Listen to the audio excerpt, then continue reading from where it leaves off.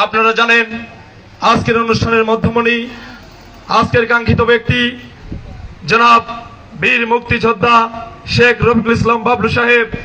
তিনি একটি রাজনৈতিক সংগঠনের লোক। সে কোন দল করে সেটি অবশ্যই আপনারা জানেন।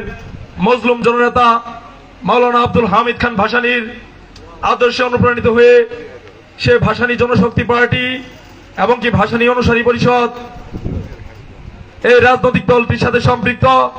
আপনারা জানেন মজলুম জননেতা মাওলানা আব্দুল হামিদ খান ভাসানী এদেশের মেহনতি মানুষের বলিষ্ঠ কণ্ঠস্বর, কৃষক শ্রমিক মেহনতি জনতার পক্ষে আমৃত্যু সংগ্রাম করে গেছেন। সেই দলেরই আজকের এই পর্যায়ে আমাদের বীর মুক্তিযোদ্ধা শেখ রফিকুল ইসলাম বাবলু সাহেব আপনাদের অধিকার ফিরিয়ে দেওয়ার জন্য রাজপথ থেকে কারাগার, কারাগার থেকে প্রত্যন্ত অঞ্চল, এখান থেকে সে জাতীয় সংসদে যাবেন। আমাদের জনগণের কাঙ্ক্ষিত ভোটে সে নির্বাচিত হয়ে আমাদের সদর উপজেলা, এই অবহেলিত সদর উপজেলাবাসীকে একটি মডেল উপজেলা হিসেবে সে আমাদেরকে উপহার দিবেন সেই আশাবাদ ব্যক্ত করছি। এবং কি ছাত্র সমাজের পক্ষ থেকে যেহেতু আজকের অনুষ্ঠানের ক্ষুদ্র সঞ্চালক আমি, তবুও আমার একটি দাবি রয়েছেন। বিগত দিনে যে কোনো সরকারের আমলে যারাই ক্ষমতায় আসছেন জামালপুর সদর আসনটিকে নিয়ে তারা তালবাহানা করেছেন এবং কি এই সদর আসনটিকে তারা বাণিজ্যিক প্রতিষ্ঠান হিসেবে দাঁড় করানোর চেষ্টা করেছেন।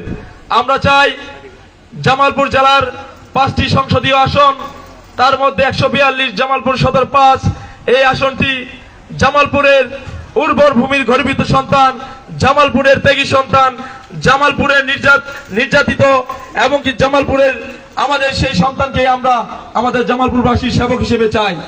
প্রিয় উপস্থিতি, আপনারা জানেন বিগত দিনে স্বৈরাচারী ফ্যাসিস্ট সরকারের আমলে আপনারা দেখেছেন আপনারা আপনাদের অধিকার আদায়ের জন্য বিভিন্নভাবে নির্যাতিত হয়েছেন।